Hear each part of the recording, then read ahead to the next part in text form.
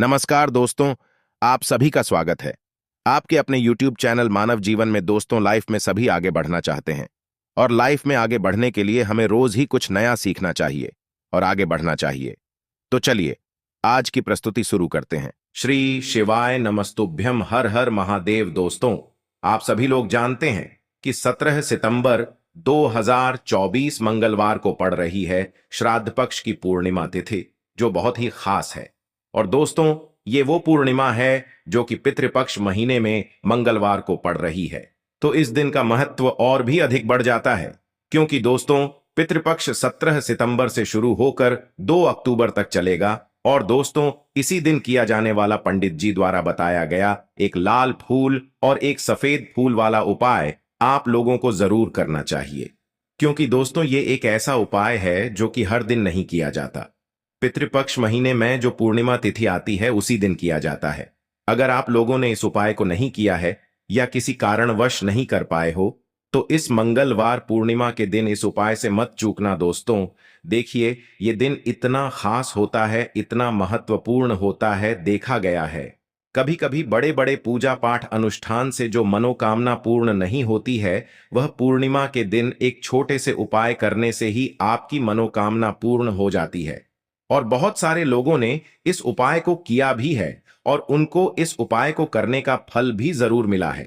अगर आप लोग भी इस उपाय को इस मंगलवार पूर्णिमा के दिन करना चाहते हैं, तो आप इस उपाय को पहले अच्छे से समझ लेना, सुन लेना, उसके बाद करना। आपको इस उपाय का फल जरूर मिलेगा, आपकी सभी मनोकामनाएं पूरी हो जाएंगी। दोस्तों, हम आपको यहां पर बता दें कि यह जो एक लाल फूल और एक सफेद फूल वाला उपाय है, ये उपाय पंडित जी ने अपनी अभी की शिव महापुराण की कथा में ही बताया है। और इस उपाय को करने से आपके घर में चाहे किसी भी प्रकार की दुख और समस्या क्यों ना चल रही हो, आपको उसका कारण भी नहीं पता है कि भाई ये समस्या किस कारण से चल रही है, उसका कुछ भी कारण हो सकता है। जैसे पितृदोष हो सकता है, काल सर्प दोष हो सकता है, या किसी भी तरह का मंगल दोष भी हो सकता है। और भी बहुत तरह के दोष होते हैं, कुछ भी हो सकता है। पर आपको इस उपाय को करने के लिए अपने दोष को पता लगाने की भी जरूरत नहीं है। आपके घर में किस कारण से इतनी दुख और परेशानी आ रही है, वह भी आपको पता लगाने की जरूरत नहीं है। बस मंगलवार की श्राद्ध पूर्णिमा के दिन इस उपाय को कर लेना, क्योंकि इसी एकमात्र उपाय को करने से आपके पूरे घर परिवार में सुख और शांति हो जाएगी। आपके घर में अच्छे अच्छे काम होने लगेंगे। आपकी जो भी मनोकामना होगी वह भी धीरे धीरे करके पूर्ण होना शुरू हो जाएंगी। अब हम समझते हैं इस एक लाल फूल और एक सफेद फूल वाले उपाय को आपको करना कैसे है, किसको करना है, किस समय करना है और कैसे करना है। देखो, उपाय बिल्कुल आसान है, बस समझने वाली बात है। ध्यान से समझिए, उसके बाद ही आप लोग जो है इस उपाय को जरूर कीजिएगा। सबसे पहली चीज हम लोग ये समझते हैं कि इस एक लाल फूल और एक सफेद फूल वाले उपाय को इस आने वाली पूर्णिमा के दिन किसको करना है। तो देखिए, इस उपाय को घर के सभी सदस्यों को करने की बिल्कुल भी जरूरत नहीं है। घर में से कोई एक मुख्य बड़ा सदस्य ही इस उपाय को करेगा, तो उस घर परिवार के सभी सदस्यों को इस उपाय को करने का फल मिल जाएगा। पर वो बड़ा सदस्य कौन होगा, कौन व्यक्ति इस उपाय को करेगा? तो यहां पर देखिए, हम आपको बता दें, घर की जो बड़ी माताएं बहनें होंगी, घर की बड़ी माताओं बहनों में से कोई भी एक माता बहन इस वाले उपाय को कर सकती है। अपने पूरे घर परिवार के लिए घर में सभी सदस्यों को इस उपाय को करने की जरूरत नहीं है। मात्र घर की जो बड़ी माताएं बहनें हैं, उनमें से कोई भी एक माता बहन इस वाले उपाय को करेगी, तो उसके घर परिवार के पूरे सदस्यों को इस उपाय का फल मिलेगा। अगर किसी कारणवश माताएं बहनें घर में उपस्थित ना हो या वो इस उपाय को न कर रही हो, कुछ दिक्कत हो, तो भाई उस जगह पर फिर घर का कोई बड़ा व्यक्ति भी इस उपाय को कर सकता है। माताओं बहनों के कहने का मतलब ये था कि माताएं बहनें घर की लक्ष्मी होती है। जब घर की लक्ष्मी कोई उपाय करती है, तो निश्चित ही भगवान शिव जी बहुत जल्दी प्रसन्न होते हैं और उपाय का फल में बहुत जल्दी और बहुत बड़ा करके भी यहां पर देते हैं। तो आप लोग ये बात समझ गए होंगे। अब हम ये बात समझते हैं, इस वाले उपाय को हमें करना किस समय है।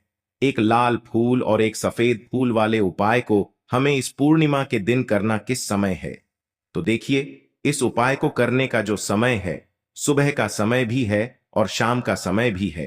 अब देखिए, यहां पर हम मुख्य रूप से सुबह का समय नहीं बोलेंगे, क्योंकि देखिए, ये जो पूर्णिमा तिथि है और आप सभी लोग जानते हैं, इसका प्रदोष काल का मतलब शाम का जो समय होता है ना, इस दिन भगवान शिव जी का सबसे प्रिय दिन होता है। तो आप लोग इसे एक लाल फूल, एक सफेद फूल वाले उपाय को सुबह के समय भी कर सकते हो और शाम के समय प्रदोष काल में भी कर सकते हो। सुबह के समय अगर कर रहे हो तो 10 या फिर 11 बजे तक भी अगर उपाय करोगे तो भी आपको उपाय का फल मिलेगा। वही अगर शाम के समय कर रहे हो तो इस दिन जरूर शाम के समय का ध्यान रखना कि शाम के 6 बजे से लेकर 7 बजे के बीच में अगर आप इस उपाय को कर सकते हो तो बिल्कुल कर लेना, पूरी कोशिश करना। पर अगर किसी कारणवश इस समय के बीच में ना कर पाओ तो रात 8 बजे तक भी अगर आप उपाय को करोगे तो आपको उपाय का फल जरूर मिलेगा। ये बात आपको समझ आ गई कि आप इस उपाय को सुबह और शाम दोनों समय कर सकते हो। मतलब करना आपको एक ही समय है, घर में से किसी एक ही बड़े व्यक्ति को करना है, पर एक ही बार इस उपाय को करना है, दोनों समय नहीं करना है। आपको जो समय अच्छा लगे आप उस समय पर इस वाले उपाय को कर सकते हैं। तो चलिए जानते हैं इन विशेष उपायों के बारे में। लेकिन उससे पहले जो भी मेरे भाई, मेरी प्यारी बहनें आज चैनल पर पहली बार आए हैं या मेरी आवाज आज पहली बार सुन रहे हैं, अगर आप भी महादेव के सच्चे भक्त हैं तो वीडियो को लाइक और चैनल को सब्सक्राइब जरूर कर लें और कमेंट बॉक्स में लिखे हर हर महादेव, ओम नमः शिवाय। देखो, अब सबसे महत्वपूर्ण बात आती है कि इस उपाय को हमें करना किस लिए है।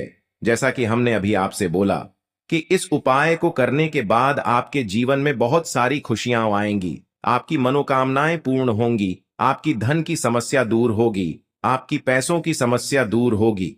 अब देखिए, अगर आप लोग सोच रहे हो कि भाई हमें अपना घर बनाना है पर घर बनाने के लिए पैसा नहीं है, हमें गाड़ी लेना है पर गाड़ी लेने के लिए पैसा नहीं है, हमें जमीन लेना है पर जमीन लेने के लिए पैसों की कमी पड़ी डीडीएच रही है।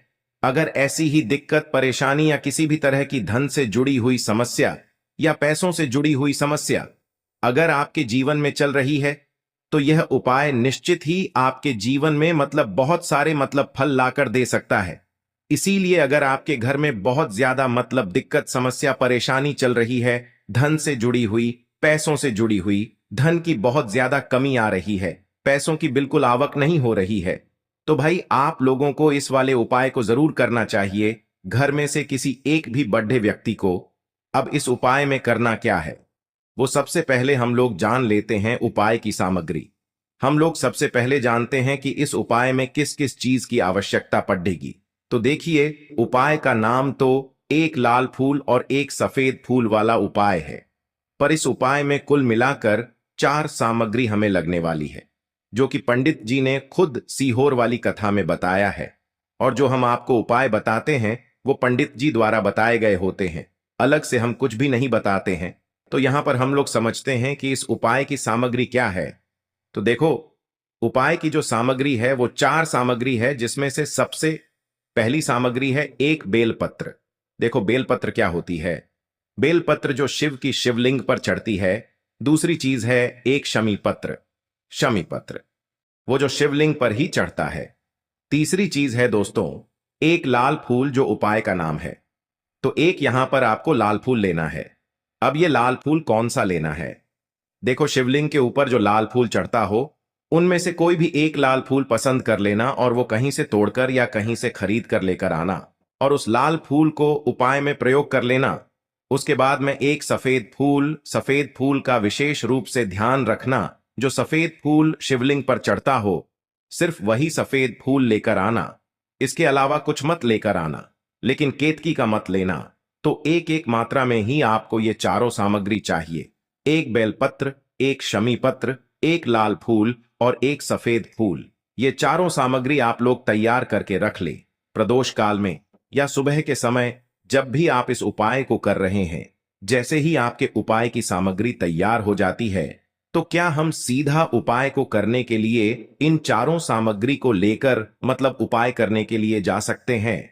नहीं, तो यहां पर आपको इस बात का ध्यान रखना है कि हम भगवान शिव जी को प्रसन्न करने के लिए तो जा रहे हैं, हम अपनी मनोकामना को पूर्ण करवाने के लिए तो जा रहे हैं, पर हमें यह दर्शाना बिल्कुल भी नहीं है कि हम सिर्फ अपने फायदे के लिए भगवान शिव जी के मंदिर में आए हैं।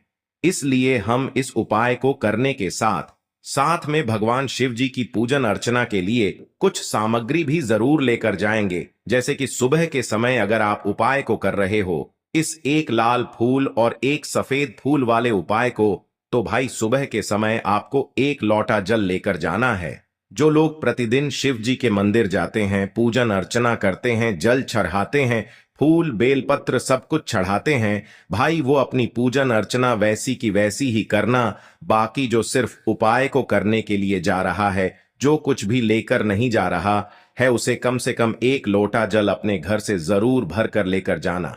अगर आप उपाय को कर रहे हो, है ना, क्योंकि इस वाले उपाय को आप भगवान शिव जी की पूजन अर्चना करने के बाद ही करना।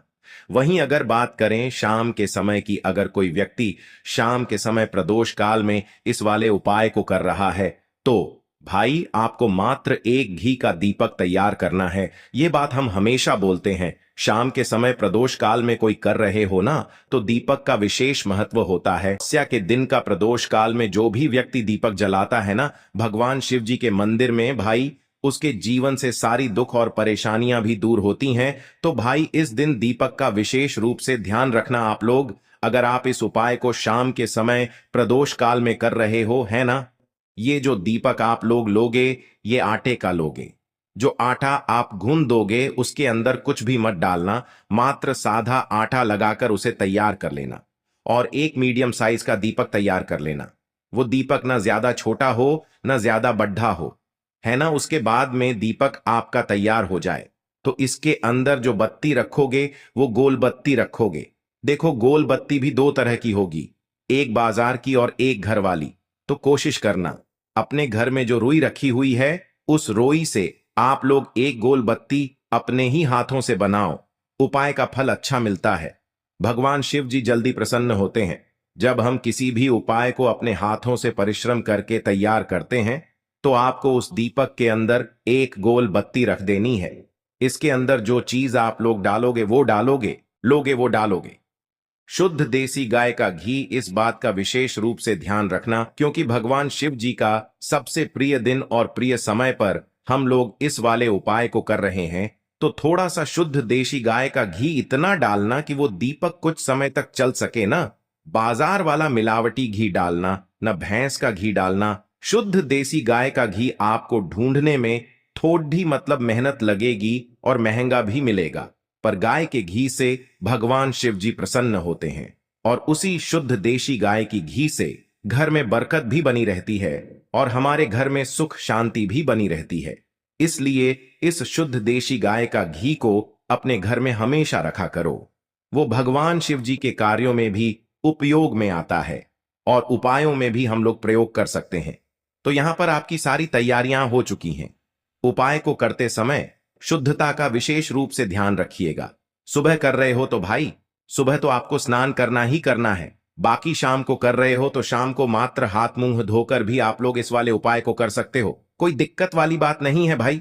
उपाय की पूरी सामग्री तैयार करके और पूजन सामग्री लेकर आपको भगवान शिव जी के मंदिर पहुंचना है, जो आपके घर के पास में हो, जहां पर शिवलिंग विराजित हो, शिवालय हो, वहां पर आप लोगों को पहुंचना है। और जैसे ही आप भगवान शिव जी के मंदिर में पहुंचते हो, वहां जाकर ही उपाय शुरू नहीं करना है। पहले आपको भगवान शिव जी की पूजन अर्चना करना है। पूजन अर्चना कैसे करोगे? सुबह के समय गए हो तो एक लोटा जल वगैरह जो भी पूजन सामग्री लेकर गए हो, उससे पहले पूजन सामग्री आप लोग मतलब पूजन भगवान शिव जी की कर लो। जो व्यक्ति सिर्फ एक लोटा जल लेकर गए हैं वो शिव जी की शिवलिंग पर मात्र एक लोटा जल एक धारा से धीरे धीरे करके चढ़ा लो, है ना।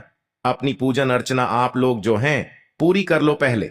उसी के बाद अगर आप शाम के समय कर रहे हो तो पहले जाकर बैठना है भगवान शिव जी के शिवलिंग के पास में। आप जो दीपक तैयार करके लेकर आए हो उस दीपक को पहले जलाना है। ये जो दीपक आप लोग जलाओगे ना, ये किसी और की माचिस से मत जलाना, अपनी ही माचिस अपने ही घर से लेकर आना और इस दीपक को अपने ही माचिस से जलाना। अगर आपने मंदिर की माचिस या किसी और की माचिस ले ली इस उपाय को करने में, इस उपाय का फल उस व्यक्ति को भी थोड़ा बहुत मिल जाएगा।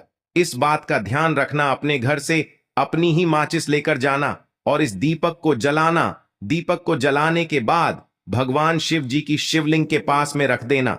शिवलिंग के इतना पास में मत रखना कि भगवान शिव जी को आंच लगे। थोड़ी सी दूरी बनाकर ही जो है इस दीपक को शिवलिंग के पास में आप लोग रख दीजिएगा। अब जैसे ही आपकी पूजन अर्चना हो जाती है, भगवान शिव जी के शिवलिंग के सामने या आसपास कहीं पर भी बैठ जाइए उपाय को करने के लिए। और उपाय को करने से पहले आप लोग अपनी वह चारों पूजन सामग्री निकाल लीजिए। उपाय की जो सामग्री है वो निकाल लीजिए और भगवान शिव जी के शिवलिंग के ऊपर एक माता अशोक सुंदरी जी का स्थान देख लीजिए। माता अशोक सुंदर जी का जो स्थान होता है वो जलाधारी के ऊपर होता है, जलाधारी के बिल्कुल बीचों बीच में होता है। आप लोगों ने देखा भी होगा शिवलिंग की जलाधारी होती है। जलाधारी के बिल्कुल बीचों बीच का जो स्थान होगा वो माता अशोक सुंदर जी का स्थान होगा, क्योंकि यहीं पर हमें ये जो है उपाय को करना है। सबसे पहली चीज, अब हम उपाय को करना शुरू करते हैं। आप सबसे पहले अपनी एक बेलपत्र उठा लो। एक बेलपत्र को आपको माता अशोक सुंदरी जी वाले स्थान पर सबसे पहले समर्पित करना है। बेलपत्र की डंडी का मुख होगा जलाधारी की तरफ, जहां से जल बहता है और नीचे गिरता है, और बीच वाली बड्डी पत्ती का मुख मतलब शिवलिंग की तरफ होगा। इस तरीके से आपको इस बेल पत्र को माता अशोक सुंदरी जी वाले स्थान पर समर्पित कर देना है। उसके बाद में अपनी एक शमी पत्र उठा लो जो आप उपाय के लिए लेकर आए हुए हो। शमी पत्र को उठाकर शमी पत्र की भी जो डंडी का भाग होगा वो जलाधारी की तरफ करके, जहां से जल बहता है नीचे गिरता है उस तरफ करके, और पत्ती वाला भाग शिवलिंग की तरफ करके इस शमी पत्र को भी उस बेल पत्र के ऊपर आपको समर्पित कर देना है। समर्पित करने के बाद अब आप ले लो अपना एक लाल फूल जो आप उपाय को करने के लिए लेकर आए हुए हो। इस लाल फूल का जो खिला हुआ भाग होगा, चाहे वो गुलाब का फूल हो, चाहे कोई सा फूल जो शिवलिंग पर चढ़ता हो, भाई उस फूल का जो खिला हुआ भाग होगा वो शिवलिंग की तरफ होगा। बाकी जो पीछे का भाग होगा फूल का वो जलाधारी की तरफ, जहां से जल बहता है नीचे गिरता है उस तरफ होगा। और आखिरी में आपका जो एक सफेद फूल बचा हुआ है, इस सफेद फूल को भी आपको लेना है और सफेद फूल का जो खिला हुआ भाग होगा वो शिवलिंग की तरफ होगा, जहां पर शिवलिंग रखा हुआ है उस तरफ होगा, और डंडी का भाग जलाधारी के पीछे की तरफ हो जाएगा।